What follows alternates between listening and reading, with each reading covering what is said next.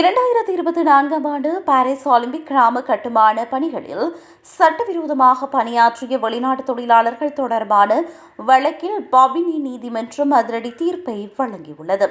சட்டவிரோத பணிகளில் ஈடுபட்ட நிறுவனங்களுக்கு சிறை தண்டனையும் கோடிக்கணக்கில் அபராதமும் விதிக்கப்பட்டுள்ளன. இந்த முறைகேட்டில் மூளையாக செயற்பட்ட மெஹ்மத் பி என்பவருக்கு 4 ஆண்டுகள் சிறை தண்டனை விதிக்கப்பட்டது. இதில் 2 ஆண்டுகள் அவர் கட்டாயம் சிறையில் இருக்க வேண்டும்.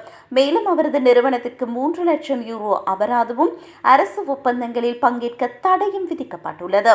மாலி நாட்டைச் சேர்ந்த 12 தொழிலாளர்கள் உரிய ஆவணங்களின்றி பணிக்கு அமர்த்தப்பட்டதோடு அவர்களது உடல் ரீதியாக துன்புறுத்தப்பட்டனர்.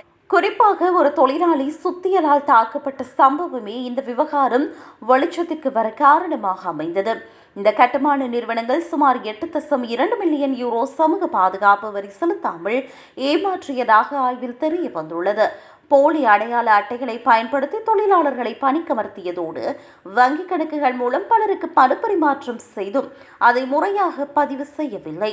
முக்கிய குற்றவாளிகளான ஏர்கண்டி மற்றும் ஷுபிஜு ஆகியோருக்கு தலா 3 ஆண்டுகள் சிறை தண்டனையும் பெருந்தொகை அபராதமும் விதிக்கப்பட்டது.